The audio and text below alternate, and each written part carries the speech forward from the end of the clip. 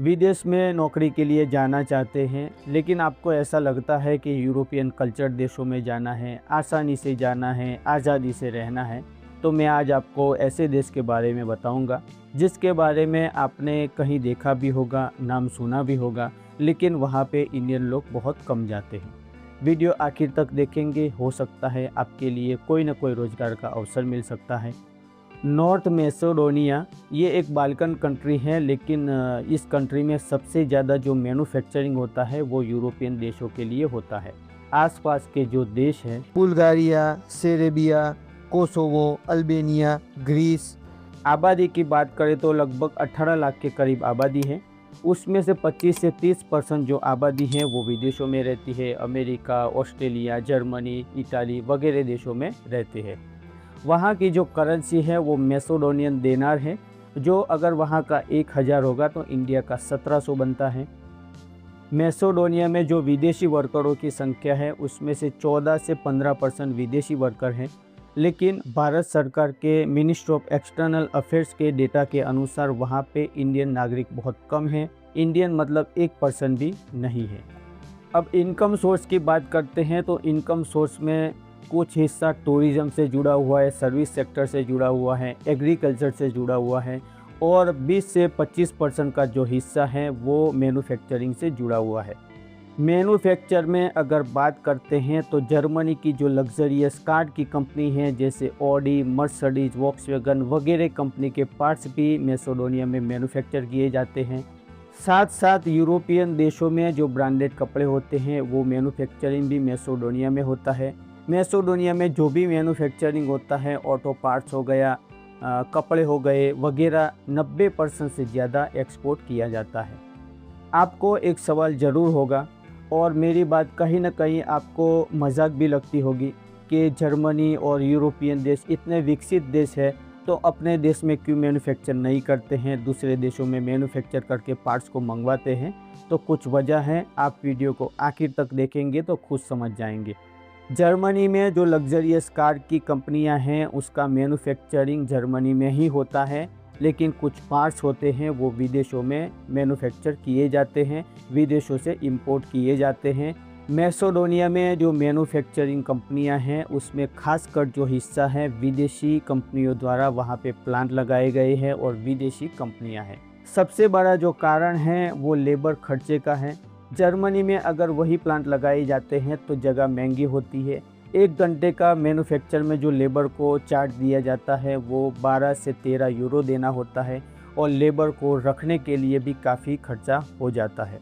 वही काम अगर मैसेडोनिया में किया जाता है तो ज़मीन बहुत सस्ती मिलती है, वहाँ का मैन्युफैक्चर कॉस्ट बहुत कम रहता है। वहाँ पे अगर लेबर हैं तो लेबर को 1 घंटे का 2 से 3 यूरो देना होता है, और लेबर को रखने के लिए वीज़ा की प्रक्रिया बहुत आसान होती है। तो ज़्यादातर यूरोप में जो देश है मैन्युफैक्चर के कुछ पार्ट्स अपनी कॉस्ट बचाने के लिए दूसरे देशों में स्थापित करते हैं। अगर आप ज़्यादा इन्फॉर्मेशन चाहते हैं तो आप गूगल के ज़रिए या इंटरनेट के दूसरे सोर्स के ज़रिए आप पता लगा सकते हैं। और ये भी बताना चाहूँगा कि मैसेडोनिया से जर्मनी का जो रास्ता है वो बाय रोड का है, और बाय रोड से ट्रक और कंटेनर आसानी से 2 दिन में पहुँच जाता है। नॉर्थ मैसेडोनिया और जर्मनी गवर्नमेंट का अप्रैल 2001 में स्टेबलाइजेशन एसोसिएशन एग्रीमेंट हुआ है, जो 1 अप्रैल 2004 को लागू हुआ है, जिसमें अंडरस्टैंडिंग है कि मैसेडोनिया से जो प्रोडक्शन होगा जर्मनी में एक्सपोर्ट करेंगे तो ड्यूटी नहीं लगेगा, और कुछ प्रोडक्ट ऐसी हैं जिसमें बहुत कम ड्यूटी लगेगा। तो दोनों देशों की अंडरस्टैंडिंग की वजह से जर्मनी के कुछ प्लांट्स मैसेडोनिया में लगाए गए हैं, और मैसेडोनिया में मैन्युफैक्चर करके जर्मनी में इंपोर्ट किया जाता है। नॉर्थ मैसेडोनिया में 2025 में जो लेबर की बेसिक सैलरी होती थी, जिनके पास कोई एक्सपीरियंस नहीं है, छोटा मोटा हेल्पर का काम करते हैं, उनको जो बेसिक सैलरी दी जाती थी वो 36,000 मैसेडोनियन दिनार हुआ करता था। 1 मार्च 2026 से उसमें 2 या 2,500 की बढ़ोतरी कर दी गई है, जो अगर इंडिया के हिसाब से देखते हैं, आपके पास कोई एक्सपीरियंस नहीं है तो कम से कम 60-65,000, 55,000 आप सैलरी कमा सकते हैं। अगर आपके पास हुनर है, आपको स्किल जानते हैं, तो उसमें सैलरी आपको ज़्यादा मिल सकती है। ये जो सैलरी बताया है ये बेसिक सैलरी है। अगर आप ओवर टाइम करते हैं, छुट्टी के दिन काम करते हैं तो आसानी से 70 से 90 हज़ार आप कमा सकते हैं। वहाँ पे जो ड्यूटी का टाइमिंग है वो 9 आवर्स का होता है और हफ्ते में एक छुट्टी होती है। रहना खाना कंपनी की तरफ से फ्री रहता है। अगर आप वर्क के बारे में देखते हैं, आपके पास कोई हुनर नहीं है तो लेबर में, हेल्पर में, अलग अलग कैटेगरी में आपको काम मिल सकता है। आप खुद पता लगा सकते हैं, गूगल से सर्च कर सकते हैं, यूट्यूब से सर्च कर सकते हैं। गवर्नमेंट के कई सारे पोर्टल है, वहाँ पे रिसर्च भी कर सकते हैं और अपने रोज़गार के लिए अवसर ढूंढ सकते हैं। डायरेक्ट कंपनी को कांटेक्ट कर सकते हैं। अगर आपने ऐसा सोचा है कि पीआर के लिए भी मुझे वहाँ पे सुविधा मिलनी चाहिए, तो लॉ ऑन फॉरेनर्स आर्टिकल 129 में अगर आप 5 साल काम करते हैं लीगल तरीके से तो आप पीआर के लिए एलिजिबल हो जाते हैं, अप्लाई कर सकते हैं। साथ साथ में law on citizen article 7, 7A, 7B, 7C के तहत आप 8 साल काम करते हैं तो सिटीजन के लिए आवेदन कर सकते हैं। आप लोगों ने ऐसा सोचा होगा कि नॉर्थ मैसेडोनिया में इंडियन लोग बहुत कम हैं, तो हमको वहाँ पे दोस्ती कैसे मिलेगी, लैंग्वेज में दिक्कत हो जाएगी, काम करने में अच्छा नहीं लगेगा, फ्रेंडशिप नहीं होगी, काफ़ी सारे सवालात होंगे।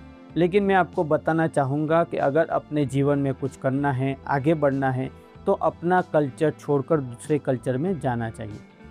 अगर आप अपने देश में भी अपने कल्चर के साथ रहते हैं और दूसरे देश में भी अगर अपना कल्चर खोज रहे हैं, अपने कल्चर के साथ रहना चाहते हैं, तो आपका वैल्यू नहीं रहेगा और आप जो हासिल करना चाहते हैं वो हासिल नहीं कर पाएंगे।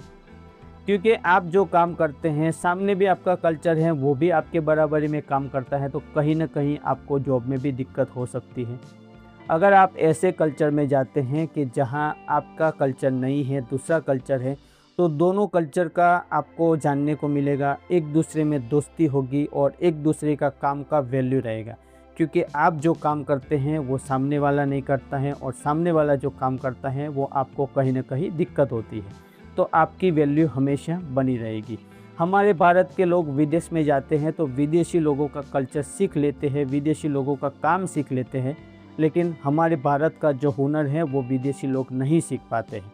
इसीलिए वैल्यू हमेशा बनी रहेगी और आपको कामयाब होना है तो अपना कल्चर छोड़ के दूसरे कल्चर में ज़रूर जाना चाहिए। फिर भी सभी की अलग अलग पसंद होती है, अलग अलग चॉइस होती हैं, खुद अपने पसंद के मालिक होते हैं, तो अपनी पसंद खुद कर सकते हैं।